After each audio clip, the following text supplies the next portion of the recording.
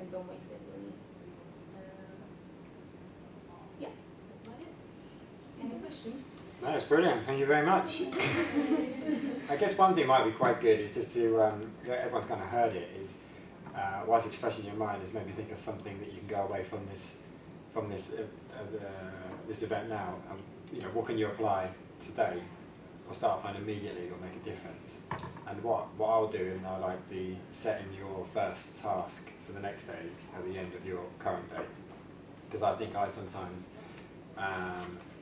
stall in getting started on some things, because you come in and you do your everyday stuff straight away, so you feel like you come in and you've been quite active, because immediately you'll update some critical numbers or something like that. So that's good, so that's productive, that's efficient, you've come in and you know you're doing it, and then it's kind of what's the first big task that you're going to start working on that day. And I think if you've already put that in your calendar, or you've already got that on your notepad that you come and see first thing, you just don't say that, right, I do my day-to-day updates and then bam, straight onto that task. So I think I'll start doing that. It is a great way, because again, it gives you purpose when you come in. Like, you don't second guess, you don't have to think, you don't have to kind of get into wasting your decision bucket. You've already made that decision, and I actually do that in my private life. So on weekends, if there's always something, there's always some admin, taxes or whatever, I make sure to always kick off with what I need to get done first, and the night before I'll write down, this is what I need to get done tomorrow, and the days that I do it, I get it done. The days that I don't do it, I don't get it done, which is quite interesting. So just setting that purpose each day does make a huge difference. Yeah, anybody else? Like something that stood out, something, because again, like some of these suggestions might not work for everyone. I really want to try that rescue time, because I've got no clue how long I spend on different things. I've genuinely no idea. I think with operations as well, because it's quite ad hoc. Yeah. It's not like I'm like sat doing an e-glass for one day. It would just be loads of different things. Small things. Yeah. So I'd be really curious to know. I remember when, it was recently, it sounded like it was years ago. I updated my phone, and I don't know if you know people who have iPhone, there's like a screen time where you can see how much time you spend on different things. Now, I very jerkingly always get, like, I don't use social media, and I'm like, oh, I don't use social media, I don't use my phone that much, like I'm old school, all of that. And then I looked at my phone and I realized that 3.5 hours of my day go, on average, I'm on my phone, and I was like, where the hell did my time go? And I realized it was mostly WhatsApp, because I keep in contact with my friends and family back home in Sweden and New York, but it was also like Reddit and YouTube, and I was like, shit, like I am as bad as everybody else. Like everybody uses Facebook and Instagram, and that also made me, and this was recently, like we were speaking about it like a few weeks back, I was like, okay, no more WhatsApp, like I don't care, I'm not going to reply back, what I'm going to do is I'm going to call.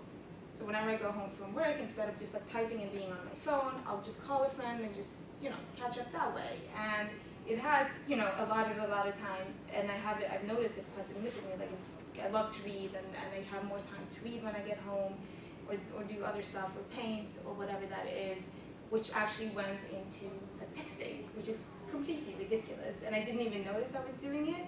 So even like applying that into like your private life is gonna change kind of like how your day goes. Yeah. Anybody else? Millie? I like the thing about kind of identifying what the big tasks are versus the smaller and the medium tasks. Because a lot of times it's just kind of, you kind of pick and choose slightly randomly, and you end up just like half of a task, but I don't know why I chose this one. Yeah. And I know personally I'm awful after lunch, and I pick up a bit at the end of the day, but mostly the morning is my kind of key time. But I would like to try and plan at the end of the day, but oftentimes it's no, it's last now, I'm going to plan in the morning because I haven't had a chance at the end of the day. But I think also there's lots of things that, it's like tasks that you're saying about kind of small tasks that have to be done, but also what those small tasks that don't have to be done, that you just do because it's habit. Yeah. Or even kind of stages that we kind of just do because that's part of the process, but does it have to be part of the process? Yeah. You can inherit kind of certain things. Absolutely. And also like being critical is like, why is this in our process? Like me and Stacey had that conversation recently as well, and I was like, so why do we have to do this? Why do we have to log this? Like, what are we tracking here? And she was like, oh, actually, I don't know, it's just because that's what we've been doing. And I'm like, okay, so let's just scrap that. Let's try something else, let's try something different. But yeah, unless you like start thinking about why you're doing this, is why I stress about like high value tasks and low value tasks. Like we want to make a difference, and we want to make sure that we create really great products and great stuff, and that we're there for our clients. But if it's just about being busy and taking stuff off without actually reflecting on why, then obviously it's just going to be a habit, and it's not going to produce any different results. You're just going to keep stomping the same ground. Does anybody use, I mean, I know you guys started using Trello, which is great. I've only used it for a day. But I think it looks brilliant, and just a way of kind of quickly communicating through the team, or not losing track of some of the small tasks. Yeah. And I think the ability to share that information through the team quickly, and having our daily meetings will make a big difference, and using that as our turn to board to see where we are and what we've done. And also what I think will come, something else will be very good with that, is looking at what's been achieved as well. So I understand we can move, and then we'll correct me if I'm wrong, can move the things that have been done to a kind of a completed list. And what would be great is at the end of the week, or the end of a period of time, to look back and realise, because your to-do list is never going to go. We're always going to keep adding things to that board. What would be nice is at the end of the week to see, kind of step back and think, wow, we managed to do all of these tasks this week. So kind of a real sense of achievement as well. Absolutely. Work creates work, so there's always going to be work, and always going to be more work. So do any of you, what does the CS team, what kind of time management do you guys use that might be useful to share here, or something that I missed off, or? At the moment it's quite, it's all through spreadsheets, pretty much.